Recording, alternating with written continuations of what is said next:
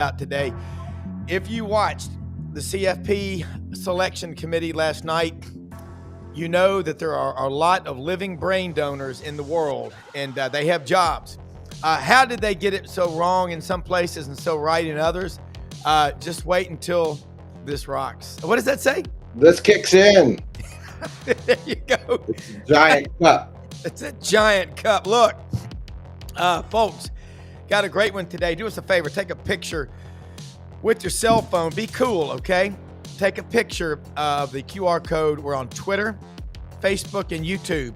And folks like Max Howe watch us every day, and Maury Gaston and David Baker, all on Facebook. And it's a gigantic medium. And thank you so much for doing that. We got Coach Ellis Johnson, Coach Pete Cordelli, Coach Matt Dean going to check in with us. Dave Bartoo will be in shortly thereafter. And we are going to try to solve all the world's problems in the next hour of power. I will say this right now, Brendan. I wasn't surprised at anything. I was, it's debatable. Was Alabama with 3 losses? Did they deserve to get in? Because they played in a conference championship game, because they would have only had 2 if they didn't. So that'll be the first thing we're going to throw out. But let's get everybody. They should learn how to run the ball, maybe. Yeah, -3 yards. Yeah. Pajama football, as Matt Stinchcomb calls it. Where did the offensive lines go? I don't know, but I did get Audrey a good sleeping suit at Costco yesterday for like $12. That's what they're wearing now. They're wearing sleeping suits, and wow, sleeping suits. But I don't know how that enters your brain, but that's all right. Yeah, I know. Wait till this stuff kicks in here, okay? And Dave will give us all some gummies. Audrey, have a great day. We love you. But Matt, you got it's 3 coaches over here together. I love it. I tell you right now, I still, when I see my coaches that I knew. He knew him, but then they cut him off in witness protection. Still call him coach. There he is, Rob. Right. Call Elon, Rob, because your Starlink is starting to jitter up. Oh, no. We cannot allow that. Can't allow that to happen. But Matt, say hello to everybody, to my little friends. We're going to talk about this incredible selection last night. And Matt, the SEC with 5. Were you shocked at that? And I'll let you bounce around. I'm only going to keep you yourself for about 10 minutes. You got to get to practice. Well, actually not practice. It's finals week at Rhodes College. As Coach Cordelli knows, as a former Rhodes College coach, academics, just like Notre Dame, when he was up there with Dr. Holtz, comes first.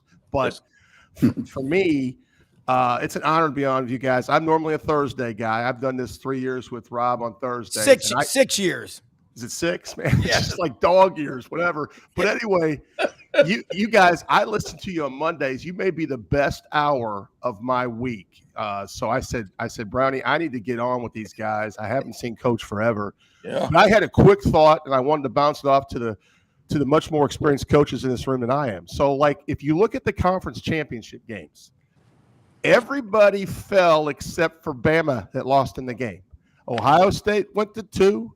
Virginia fell. I know that game didn't matter as much as others. It did to some. And BYU fell. Now, I think Miami still should have been out, and this was my rationale, Coach Cordelli. I am fighting for the Fighting Irish here. Yep. I think if you listen to the rationale, then Bama should have fell behind Notre Dame. So the comparison should have been between Bama and Miami, which I still think Bama wins if you look at the resumes. But we get away from the Notre Dame-Miami head-to-head that way because of the BYU loss. That's what we were told. Why didn't Bama lose after a thorough domination? I mean, why didn't they fall to 9? That's my question. Because Notre Dame bumps them. So Notre Dame's now playing Oklahoma. Alabama's the 10 seed going to A&M, and Miami's out. That was what by the logic that he told us, that's what I thought should have happened. But I could be wrong, coaches. No, Matt, I totally agree with you. What I would like is clarification as to what do we put more emphasis on in the criteria? Yeah. Is it conference championships or strength of schedule? Head-to-head competition. We have all these different metrics, whatever they want to call them.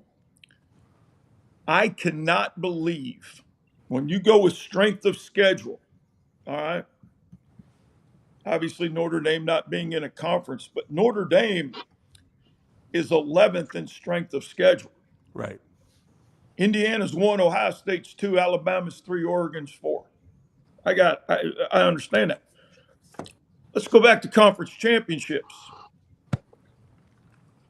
Ohio State got beat. They got their ass shut out in the second half. Yes. How in the hell are they above Georgia, Agreed. who absolutely mollywopped the RTR boys down in Tuscaloosa? I don't understand how we can just change every week and say, well, let's go with the first 2 games of the year. You know what?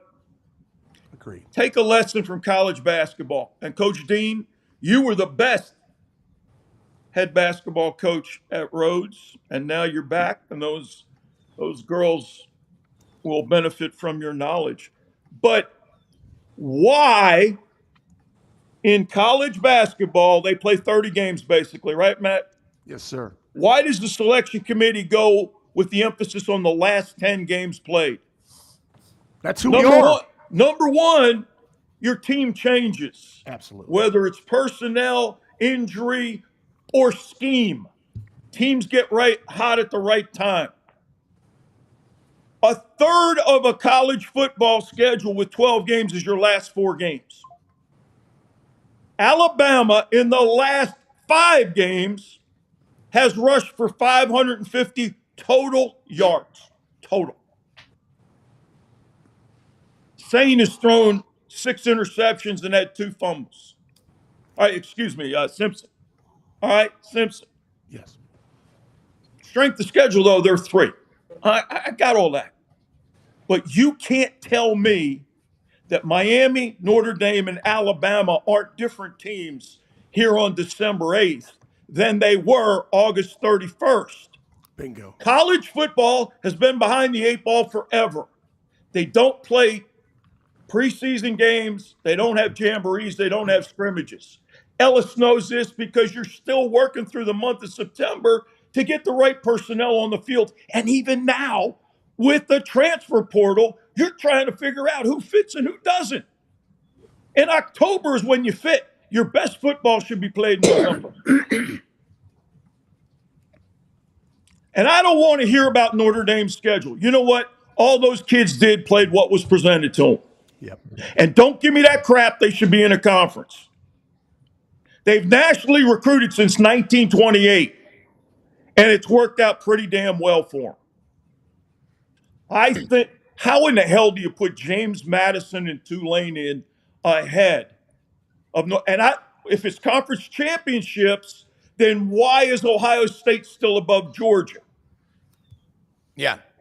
I don't, the inconsistencies, but Hunter Yurchak is the Arkansas AD, and he doesn't want to hear from Greg Sankey about what are you doing. And you know what? Human bias exists. Yes.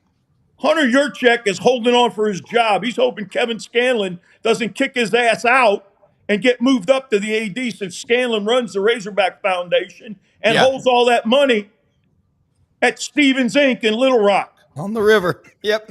So guess what? If we're talking about money, Kevin Scanlon runs the foundation's money. He's going to be the next AD at Arkansas. But they don't want to answer to your check. Yeah, they don't. Give me a reason why Ohio State is ahead of Georgia after Georgia's playing some of its best football and not having Drew Bobo at center. Yeah. And every team right now has injuries. Yeah. That's just November football, man. Yeah. But here, you're not getting better. And for Notre Dame to be left out, I'm glad they're not going to a bowl game. You know why? You don't need it. Because at Notre Dame, every game you play is for the national championship. They started out with 2 of the tougher teams in America. So, but guess what? You know what, though, Pete? I agree with you, and Dave's in now, and Matt, Ellis. The bottom line is, college football's behind. And Dave, I got your intel, and I stuck with my pick from all summer that Georgia would play Alabama for the SEC championship, and Georgia would win. Boy, did they ever cover. Dave, you just heard that dissertation, and -3 yards by Alabama. They haven't had that few yards rushing, David Bartoo, the Frenchman from the West Coast, since 1968. You weren't even born yet. Barely, but you think that's bad. Did that in a nice little heated dome. Wait till they go to 20 degrees on the plains in Norman. Yeah. So that's my pick in that game. They ain't rushing that game either. Yeah. Well, I mean, look, Matt, that was a great question. We got everybody riled up. And Thursday we're going to have some raw. I'm going to try to get somebody from the committee on here Thursday, Matt. So be ready when you come back on Thursday to go at it, because Pete's answer was one for the ages. Ellis, Well, but I want to know, Bartoo, what's your take on Notre Dame and not being in? What you didn't really weigh in there. Yeah. Oh no. Well, I was letting Pete go on his biased Notre Dame rant there. You're right, and I will. I got a check from him for 5 years in a national championship race. You're damn right. And my youngest daughter was born there and baptized by Father Hesper. You're damn right. Cordelli, I'm biased. I'm going to mute you. I'm going to have to mute Cordelli. Hey, I have my biases too. Look, yeah, I see that hat you have on. I got you. So Cordelli's exactly. Actually, you know something? I'm trying to get my advanced scouting reports to the Ducks, but I got it. James Madison. Yeah. Are you kidding me? It's tough when it's tough when when the Domers aren't as good as James Madison. I get it. But actually the first one, it was cool. Yesterday, the first coach that got a hold of me yesterday was Mario. And so the first group of reports I sent out was everything that we had on A&M. I mean, it goes right down to the report where the film team can go right to the minute and second situational plays occurred. So we've been blasting those out there. And also, for Oregon versus James Madison, it's not about what I think is going to happen to the game. It's my alma mater. I want to be working with them, man. Are you kidding me? Just like you want to see Notre Dame getting in there. Now, did Notre Dame get screwed? Yeah, I believe they did.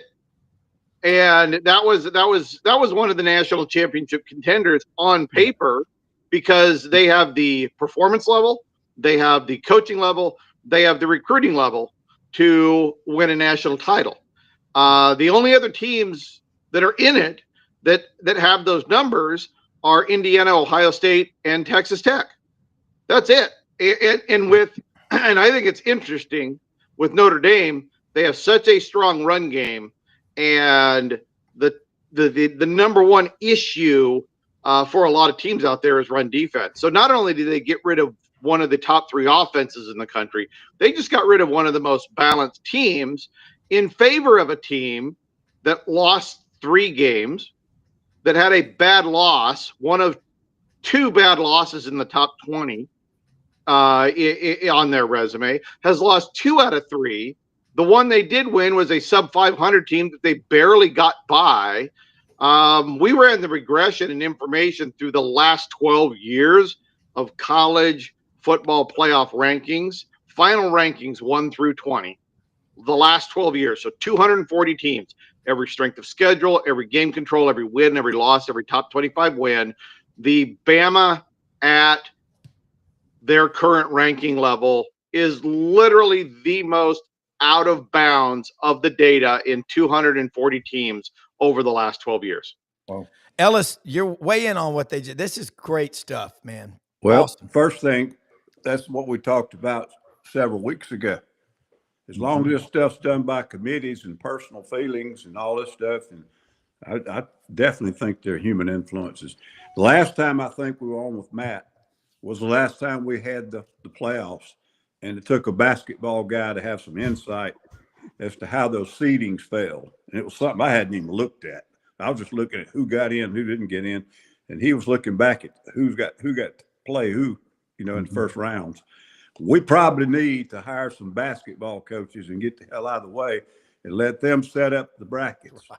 Because we're trying to be the NFL and the old college football at the same time, and it's not going to work. We're going to have these same little panel discussions we're having right now as long as this system exists. I mean, it's a bunch of baloney. So, I don't know. Everybody thought if we got up to 12 teams that argued over who was 2 and 3 wouldn't be a big deal because everybody would get a chance. And by the time you get down to number 11 and 12, nobody would care what you thought. Well, guess what? You got 3 of the most blue blood teams in America involved in this one.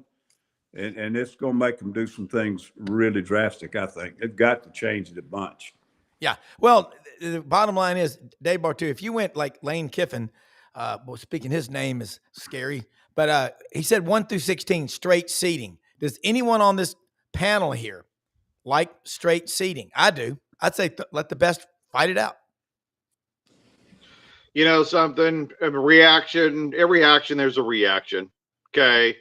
12 teams, everybody's going to bitch about 10, 11, 12, 14, 13, 14, 15, 16, 17, 18, 19.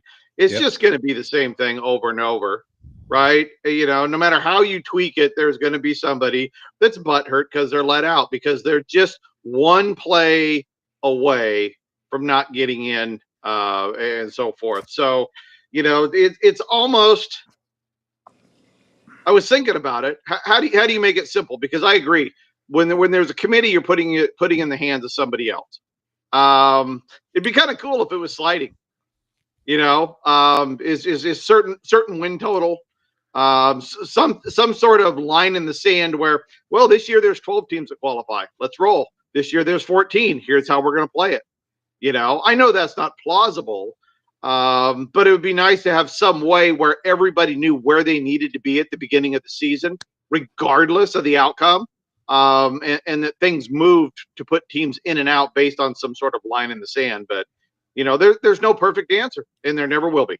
Well, this is starting to remind me of that famous quote that Joseph Stalin said, "It doesn't matter how many votes you get, it matters who's counting the votes." It's this committee, guys. Matt, before you go, just your parting comments on the committee and that basketball reference that Ellis made. I think you spot on because you are Mr. Basketball. Well, Dave, I want you to know I did forward your analytical email to my son prior to the Washington game. So I'm still trying to set up a meeting with you and him postseason. Right now, he's kind of in a cave because he helps with the scouting at JMU. But I will say this, and Coach Johnson, I appreciate the reference, but I've been on a couple Division III national and regional calls. And one of the things we do a lot is metrics, because we don't have the money to have a lot of head-to-head competition. As Pete knows, he was with us for a few years. Mm-hmm. You're not going to be able to compare teams that played at all in a lot of situations when you're determining those matchups. So the calls I've been on, I had to recuse myself a couple times because my team was being considered. But one of the things that always mattered were bad losses, because that was an easy metric. And I think right now we all would agree maybe one of the worst losses of a playoff team would be Alabama and Florida State. If we want to go back and compare Notre Dame, Miami, then we got to go back and compare Alabama, Florida State. That's all I'm saying. Notre Dame should be in the field. And I'll tell you why they're devastated also, in my opinion. They know they could have won the whole damn thing. They have the best running back. In my opinion, the Heisman candidate, Jeremiah Love, is the best player in college football besides Caleb Downs of Ohio State, in my opinion. I love Jeremiah Love, and their running game, like you said, Dave, they could have got to the championship game again like they did last year. They could have won it this year. Just saying, that was a bad decision to move Notre Dame out. One of the worst I've seen in all these committees. Yeah. And the manipulation was not letting Alabama be compared to Notre Dame. They manipulated it. I believe that. They got it somehow to where they were comparing Miami and Notre Dame. That's right. And why? Because they wanted to protect that SEC team. The head-to-head Miami Notre Dame became the talking point rather than, and Ellis, that's a great point. Well, Miami, I'm going to tell you what, your team in September is not the same team that you have in December. That's just sports. Yeah, it's life. What do coaches say? Yeah. We got to get better every week. Even when you win. Oh, yeah, we got things we got to work on. And we got to find the right personnel. Alabama, you know what? Put them in. That's fine. But and now we have rematches in the first round. Tulane and Ole Miss. Yeah. Ole Miss mollywop those guys during the regular season. Yeah. Oklahoma to Alabama. Why? Why?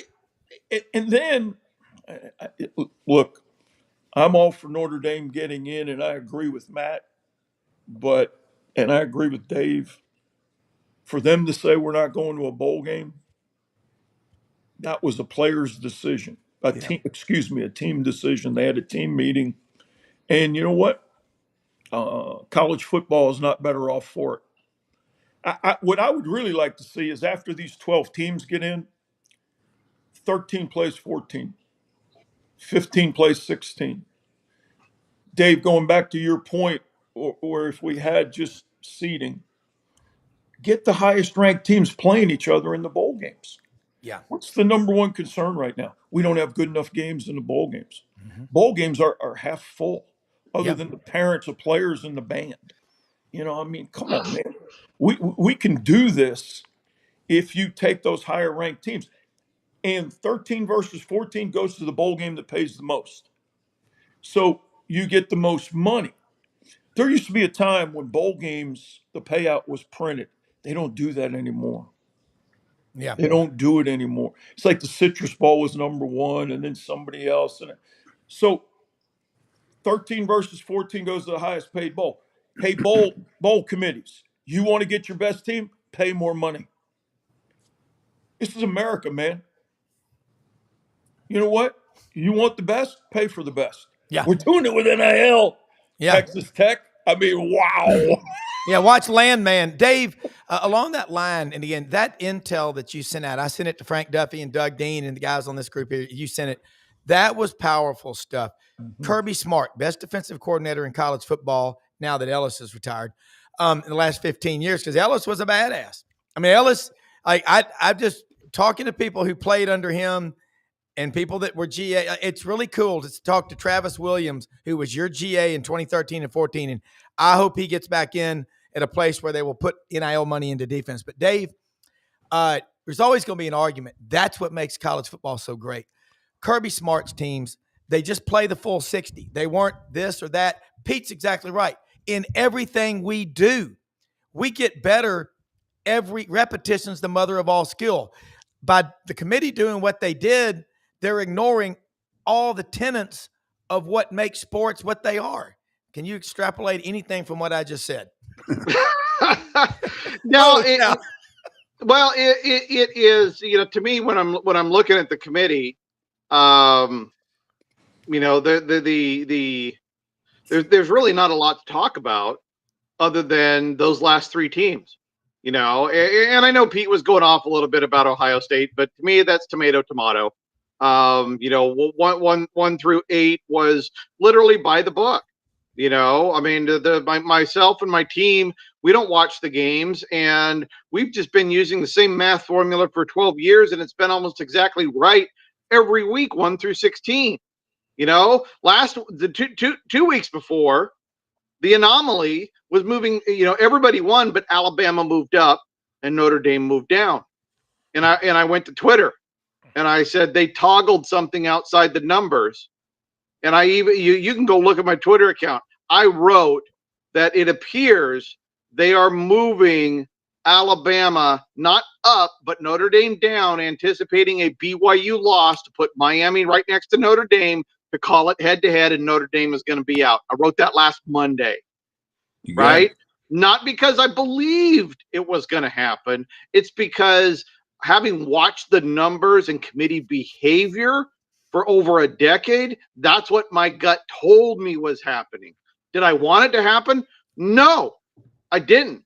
Because I didn't think it was right, especially after Alabama again got smoked in the championship game. And, you know, but it is what it is, right? And if we don't have this discussion, there's no sensationalism, right? This is why we have the AP Top 25 preseason. So the sensationalism, so we have stuff to talk about. And as soon as people stop talking about it, it goes away. So I think part of it is a built-in sensationalism to piss people off, to get them to talk about it on their sports show every Monday morning. Well, I mean, I think what's going on too is there's always going to be this debate that the best teams didn't get in. You don't really have that in college basketball. Ellis, you really brought up a great point that ignited this. I like that. Well, a little bit of what Pete just said. They need to quit having the shows during the week. They're just for entertainment. These shows coming leading up to the final show. Yeah. That's where it starts a bunch of this stuff. Now, the way they finished it, it would have still been some clamoring. But if they would quit coming on 4 and 5 weeks before, and so because you watch some of these little things Dave just talked about, it's every friggin' year. They move people around down there in the 9 and the 12 and the 18 spots. Yeah. And you don't pay attention to it because you want to know who's number 1 and 2 and 3. Yeah. They're maneuvering these things. And I mean, I hate to be a conspiracy theorist, but I think some of the things y'all pointed out a while ago, there are conference biases, there are personal biases, there are loyalties to teams and things of that nature. I'd get the human. You can't get the human element totally out of it. Can't. But until we stop taking the qualifications, if you will, and then letting a group of men make the final call, instead, get them in a room now, and for the next 5 months, figure out a great criteria, and then hand it over and just let the thing play. Just sort of like the BCS. I don't know what was in the BCS rules, but set them up, and however the hell it shakes out, then you don't have an athletic director from a certain conference at a certain team making a decision about another football team in the same conference. As long as you have that, you're going to have human bias, just like officials, just like referees, just like everything else we question in this sport. Hey, Ellis, you bring up the BCS. The Mountain West had 4 teams that were going to qualify for the championship game. Guess how they used to break the criteria or to set the criteria? They went back to the BCS model, put the information in the computer, and they came out with UNLV and Boise. Yeah. They did it this year. Man, I got to tell you, I got 2 disturbing phone calls last week about a movement that's going on amongst the players and college and agents. Both these coaches are at Group of 4 schools, and both said, Coach, there's a movement going on that if players aren't paid for playoffs, they're going to boycott starting within the next 2 years. And I asked both of them, I said, fellas, where's it coming from? And they said, well, a couple places. Number one, some of these players have brothers, cousins playing in the NFL, and the agents are representing them as well. And the whole deal is, man, we get paid. Wild card round, everybody gets 20 grand. Conference and you go all the way up, first round. You guys aren't getting paid. 2 different guys bringing up the same thing, and they said, Coach, within 2 years, conference championship games this coming weekend aren't going to be played because teams are walking out. God. And then I had another one tell me the reason why Kansas State and Iowa State decided not to go to the bowl game, ADs from both schools went in to the current team and at a team meeting and said, okay, with the coaches leaving, how many guys are going to play? And they said 80% raised their hand and said, we're out. Wow. They wouldn't have had a team to field. And it was very telling that the athletic director from Kansas State came out and said, we're not playing a game because we don't have the right representation for our team, our school, this program. Players are controlling this whole thing.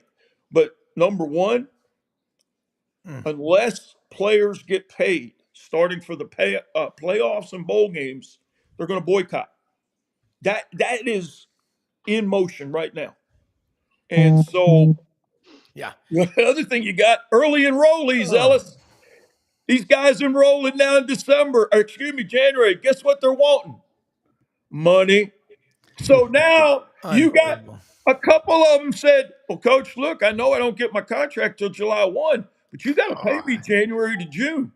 So now These athletic departments are like, oh, shoot, why do we have all these kids coming in January? We got to pay them. Well, look, there's some stuff going on in NIL that I saw firsthand over the weekend for people. There are people in financial services on Wall Street that make $200 and $300 million a year. Some of these hedge fund managers making $700 and $800 million a year, and now they're getting kind of excited. And I read some text from some. It's just unreal, guys. If we don't get control of this, we're going to start having hedge fund managers, money managers buy college football teams. I'm telling you right now, that is going to happen. It's already happened at Texas Tech with Cody Campbell. Sold his oil and gas company with his partners for $4.5 billion. That was his take. And if you don't think Ole Miss has money, you're out of your mind. This is you're never going to see Ole Miss back at 7-5, 8-4, and them excited. Dave Bartoo, you heard those numbers. You're a numbers guy. Give us some data on guys not playing in bowl games. I mean, but I'll tell you what, it's a problem too. Talk to doctors, and they're dealing with the residents in medical school. They're bitching and moaning and going to HR about having to do the 36-hour shifts, the rotations. Yeah, for free, right? Yeah, and dealing with that. You know, it is. It's really impossible to comment on finances and how these schools are handling it because the target is moving 24/7. Yeah, I mean, this hasn't been settled for years, and every month it's something different. Yep. And so I think it'll continue that way until again a line in the sand is drawn. And it seems like to me all this is steaming towards collective bargaining, so that it's everybody's on the same page. So when you sign here, here's what the deal is when you come into this league now.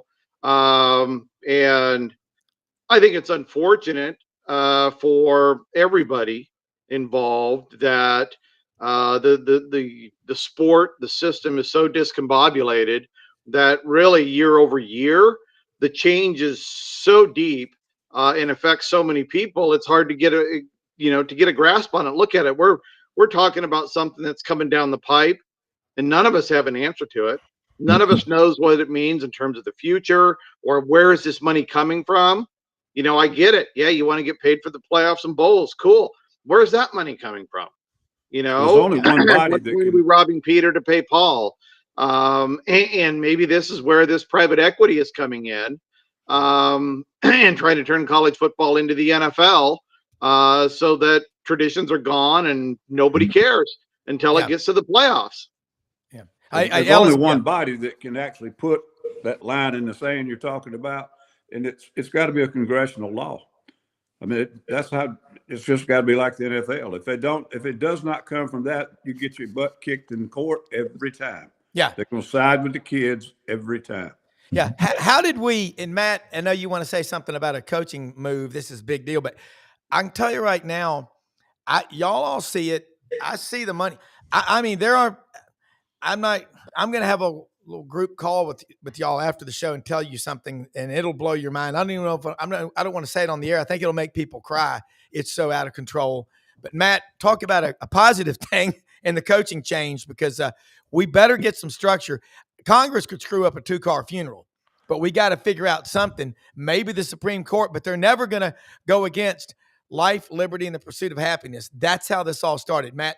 Well, the first thing I want to say is something when I met Coach Cordelli probably a decade ago, he told me that resonates more than anything I've ever heard is the group you can never fool is the players. I mean, Coach told me that a long time ago. And to his reference point, the players are figuring this out too, via the agents, families, whatever. They know that, hey, okay, this contract that I signed, it should relate to the entire body of work. And I think that's coming, Coach. You're 100% correct. And if we ever see, I think the reason it's going to happen sooner or later, because we never want to have a team boycott a situation, right? That could be the worst look ever. Also, I just want to relate to a hire. I know, Dave, you've got some great data on different coordinator hires, but I think one of the best position group hires was just made at LSU.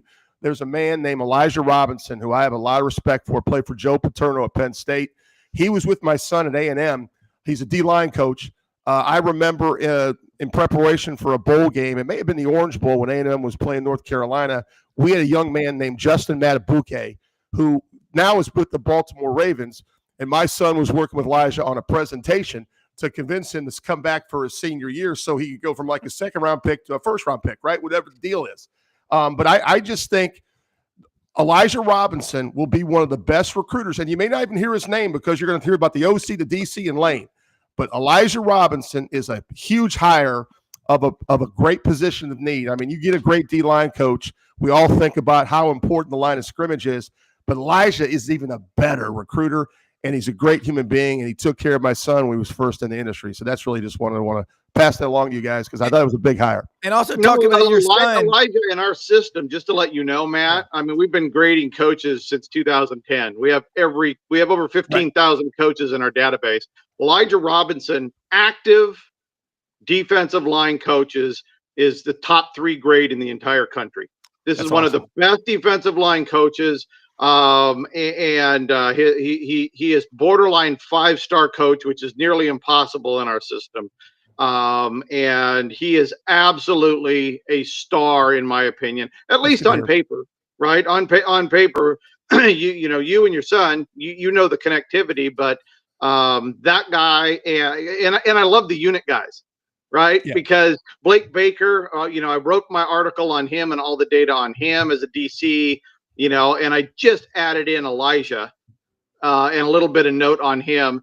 Just like Nebraska hired Rob out of San Diego State, but what a lot of people aren't talking about is Jeep Wade, who Matt Rule just took from Georgia Tech, is a top 10 graded offensive line coach in the country. So I love talking to these unit guys, man. You fly into Portland for this James Madison game. I'll pick you up at the airport and we'll just talk football and coaching for the entire day while we cheer on the Ducks, buddy. Hey, I wish I could be there. I'm coaching in New York City. My 2 favorite teams in the world are the Oregon Ducks and the Chicago Bears, who lost a tough game to the Green Bay Packers yesterday. They played better. Let me tell you what, on December 20th, we have to play St. Mary's of Maryland, New York City, when the Ducks and the Bears are playing, because that game got flexed to Saturday night at 7 o'clock. I'll be flying back to Memphis, Pete. I'm going to be miserable because I'm not a tech guy. I'm going to have my phone. I'm going to try to get the Wi-Fi so I can watch the damn game. It's horrible. Hey, tell them, Matt, y'all, this is something else, a big deal. Your son is a finalist, Final Four, and also he just turned down an opportunity. You can talk about that if you want to. I better not.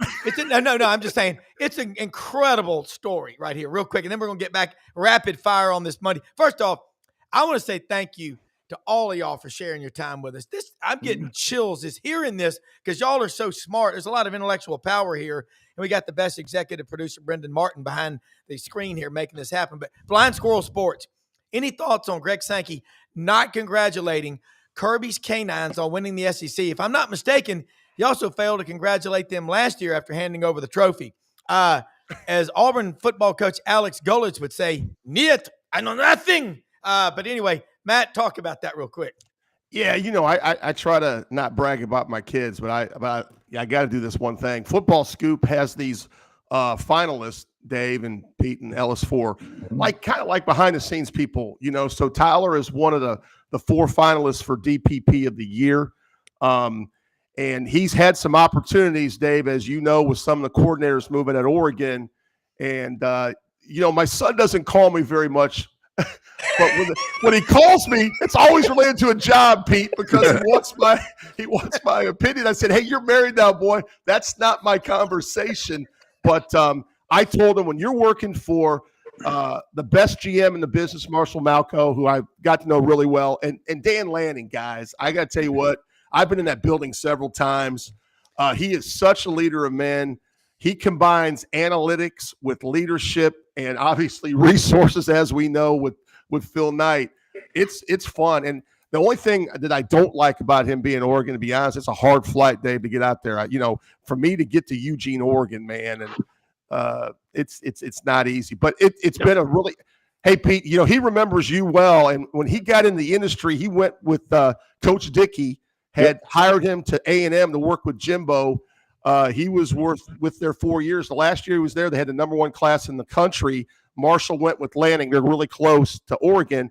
Tyler took a chance and went there, and it's paid off. And the thing I told him, I said, hey, look, I work in a building. I've been here 35 years. I work for the guy whose name's on our basketball floor. And I said, son, don't bounce. You're going to get fired. He's already got fired at A&M. I get that. But you know what? If they like you in that building and it's working, you don't have to leave. You don't have to leave. So I just Hey, man, I'm going to tell you this. When I was at Rhodes College, Tyler Dean slept in his dad's office doing his schoolwork and doing basketball analytics and breakdowns. He helped me. You're right, Coach. That guy was relentless at doing the job the right way. Yeah. Matt's 2 sons are 2 of the most special guys I've ever met. But Tyler, he's going to be a big time GM and I know he's going to have opportunities, but he is a special guy. Takes after his dad, though. Matt Dean's the hardest working guy in that building over at Rhodes. Yeah, it is. And I'm going to tell you what, coach. when you get Dave and meet with Tyler, that's going to be cool because that is your school, Dave. And I love the hat, by the way. And when you come down here to duck hunt, you got to bring. I'm going to pay you for one of those hats. I got to have one. And by the way, folks, let me just say something about the gummies that Dave has. Also, hempforpros.com. I'm going to tell you right now, you will not sleep better than these lights out gummies. There's no sleep hangover. And you just absolutely, about 30 minutes before you go night-night, take one, and then they've got the chill and the energy. And my kids and people that know me, like Michael Jordan, goes, Brown, that dude out in Oregon, I go, Dave Bartoo, he goes, I love him. He goes, why? He goes, because when he gives those chill gummies, you're so easy to be around. So I'm just saying that they work. They're really, and the energy gummies, holy shnikes, man. I feel like Chris Farley on Letterman, man, but they're really good. But anyway, back to the show. I got to tell you, this is wild stuff. And Dave, I had Georgia to win the SEC, and they dominated. But let's talk about, do you think there is an SEC team looking at this 12-team menu that can win the national championship? Yeah, they have the talent to do it. It's just the performance numbers aren't there like the last 26 national champions. I mean, that's really the bottom line for me when I'm looking at the numbers, because we know that talent wins championships, right? I mean, a top 10 recruiter over the last 4 years has won 24 of the last 26. Okay. The only 2 teams that weren't top 10 recruiters over the last 4 years had first round NFL quarterbacks behind center. Okay. Michigan and Clemson. That's it. Everything else is a top 10 recruiter. Is Georgia top 10 recruiter? Yeah, they are. Is Alabama? Yep. Ohio State? Oregon. Okay. So was Notre Dame. And talent wise, it's there. But when you look at your last 26 national champions, at the end of the regular season, it's about elite performance. Top 3 offense, top 3 defense has won every single title in the last 26 years. Okay, you either have one of each or you have both. Like that, what was it? Was it the 2009 Alabama team that was number 1 in offense, number 1 in defense, and they were the second slowest pace of play. They were like the biggest anaconda in the world. I mean, once that game was kicked off, it was literally over. They just squeezed you to death. Just glorious football on paper. Yeah. But there's nobody there. This SEC title game, the first time since I've been keeping track of numbers, there was no top 10 offense or top 10 defense in the country in that game. None. Right? That's where Bama and Georgia used to live. Yeah. And now the depth's gone. And the rotation of players. The football is not as consistent. It's not as good. It just isn't. A&M has a good offense, top 10. Defense isn't even in the top 50. So do I trust A&M? No, I don't. Oklahoma, they got a top 5 defense. Their offense isn't in the top 75. There's just no elite team, no elite balance. There's elite talent. There's elite coaching, but the performance hasn't been elite. So right now, could they do it? Yes. Would I bet against them doing it? Yes, as well. I like the comment from from Stone Temple Pilots or whatever it was. The one Stone Angel. Sorry. I like the interesting. I'm going to throw it out there. Georgia right now is the SEC's best chance, and Jeff Boone's watching. Love this guy. Michael Jordan was lying about the chill gummies. No, he was not. They work. But I think Georgia can win this whole thing. And I say that because they are so relentless at playing the full 60, and Nate Frazier's running the ball better than he's run all year, but you're not seeing the great passing numbers from Gunnar Stockton. I mean, he doesn't – he's kind of an old John Lastinger, Buck Bellew type quarterback for Georgia. Stetson Bennett, the 4th, 5th, and 6th, had much bigger passing numbers. Ellis, come back, Ellis.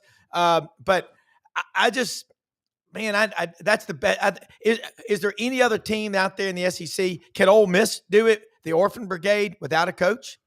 Anybody think they could do it? No. Vanderbilt. You know, I'm sorry, they're not in. Yeah. But I'm with Bartoo. Diego Pavia is going to win the Heisman. Yes. You better. You've convinced me, Dave. You have convinced better. me. Let me say He this to better. you. As soon as he walks off campus, that team's bowl ineligible, even if they're not playing in their bowl. No, I'm going to tell you. Watch this kid they signed, Jared Curtis. He is a big time dude now. He if he doesn't get hurt, he's a Sunday player now. Jared Curtis is a big time quarterback. He's 6'4", 220, and let me tell you, he is special. Oregon tried to recruit two, Pete. I agree. Yeah, he can run the same offense Diego has, only he's faster and a better passer. Now, will the talent around him be what they have? But Dave, you convinced me. Diego Pavia should win the Heisman. You flipped me, man. Well, if he doesn't, especially since Jeremiah Love's not playing anymore. Well, Dave, the truth will set you free, Peter. Bartoo, I have adopted into my daily nomenclature your term elevator. Okay, about guys that elevate the play of everybody. This panel elevates the intellectual firing of the synapses of the brain and the cerebral cortex and the frontal lobe like no other group. It's incredible. But I'm going to tell you what, if Diego doesn't win the Heisman, why give it out to anybody? Because without him, you're right, they're bowl ineligible. But now Jared Curtis coming in, it is going to be different. Ellis, defensively, looking at it, it's like, you know, Dave's the orthopedic surgeon. You're the vascular, the heart surgeon. You're the neuro, general practice. Well, you're specific too. You're the spine guy. I'm the general practice guy. But Ellis, Kirby's defense, Alabama's defense, they're good. I mean, Kirby's defense, not top 5. But I got to ask you about your thoughts on Pete Golding at Ole Miss, going to be steering the ship through the playoffs. I'll just go on a record and say the biggest sporting event in the history of the state of Mississippi is going to be played when Tulane comes to Oxford. My goodness, if you own property, a condo, rent it out, you can name your price, and you can probably pay your mortgage for a year off of one weekend of football. Real quickly before that, what we're talking about a while ago, we said these are not the same teams that they were back in August. So you tell me who's playing better defense than Georgia right now. Yeah. So I don't know. I agree with Dave. They don't have the quality of depth they used to have with some of those teams that won championships, but they're playing top 3 defense right now at this point. Now, can they do that through the playoffs? Who knows? Taking care of the football, they're making a few more. Pete mentioned the other day, and it's been true except for one game. They're throwing the ball downfield a lot better now, and it's opening up the running game, and everything's getting more in balance. So I don't know. I just think I said it last week. They're the mentally toughest and physically toughest because too many teams today don't practice the way they need to have a good physical football team on Saturday. Now, what you asked me, I think Pete's got a hard job. If he had a little bit more of that offensive staff stayed in place and was able to kind of keep that from being a distraction, I assume he's going to call the defenses, but maybe he won't. And if you try to do that, I mean, Brent's doing it over at Oklahoma right now, but he had to reconstruct the whole structure of staff, get him a general manager, brought in another offensive coordinator. And I see him sometime on the sideline having to leave a player and run back over and make a game on the field decision. That kind of stuff to me can be very distracting. I don't know how much Lane was in Shamlis's ear, or was it Charlie Jr.? We'll find out. But the kid, kid needed a lot of help moving from a Division II player to a quarterback that led his football team into the national playoffs. Yeah. So there's a lot of questions there, and I just think Pete's got a really, really hard, difficult challenge there. Yeah.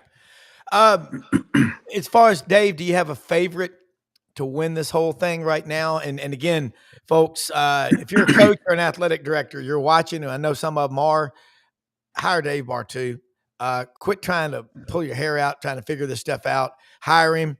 And Ellis, Matt, Pete, this panel here, they'll vouch for it. It makes sense. But I'm curious, Dave, because obviously we're SEC sidelines, but we don't live in an echo chamber. So if you want to get us outside of our comfort zone, we're all about it. Well, no. Like I said, I don't disagree that Georgia has the talent and the coaching to do it. And what's cool is they're going to get to prove it, right? They're going to have to go through Indiana and Georgia to get there, or through Ohio State to get there, and vice versa, right? Whoever wins, it's going to have to go through the three best teams in college football: Indiana, Georgia, and Ohio State. And so, I know Indiana just won. I'd still bet Ohio State rebounding on that. I can say, we were talking about this on Sunday when we were doing our playoff projections. With that win over Ohio State, and I know it's only one game, I don't think there's a better 4-year run of head coaching ever in my lifetime, before and after. I'll never see it again. What Kurt Cignetti has done in the last 4 years is beyond anything I've ever seen in my life. It's just not even comprehensible, the odds of winning all these games with the talent level at Indiana. It's just impossible to imagine. I just can't. But I'm still sticking with Ohio State. You got the number one overall scoring efficiency defense. The top two talented teams, Georgia and Ohio State, that are there. And then you look at the coaching staff, all three of them, Bobo, Smart, Shanahan, Bryant Haynes, Patricia, Day. These are all just really highly graded guys for their entire career, veterans. So I'm looking more forward to the top half of it and seeing what the real big boys do than the little guys getting the crumbs at 8, 9, 10 that everybody's arguing about. So I'll stick with Ohio State, but boy, those top three, I'll be surprised if it's anybody but them now that, sorry, Pete, Notre Dame's gone. Yeah. Hey, Dave, I want to say this now. Indiana's playing really good defense, too. And that hit Mendoza took in the first play of the game for him to come back, that just shows you the toughness and the loyalty to this. But, Dave, I want to commend you for what you do in ranking coaches, and here's why.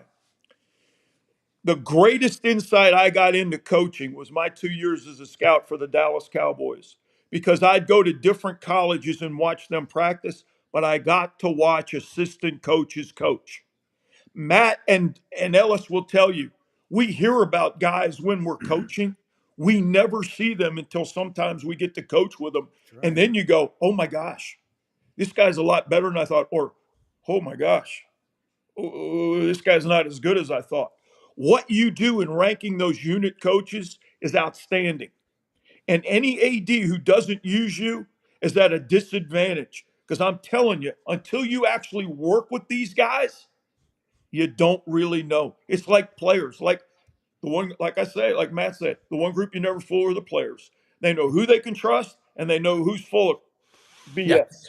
Yeah. But Ellis, what you do, Dave, is outstanding. And I'm telling you, any AD who doesn't use you, they are hurting their team, their program. Yeah. Ellis, I agree. second that for sure. I was going to say, I think finally, and I'm not saying they played a cupcake schedule, but they did not play a really good defensive football team until Indiana. And I think they exposed Sayin. Now, you look at Ohio State compared to all the rest of them, eye test, watch them on a game TV, they got the best roster. They got the best depth chart. I mean, they got some guys. When you see some of their linemen and you think, damn, they look different than Alabama's linemen.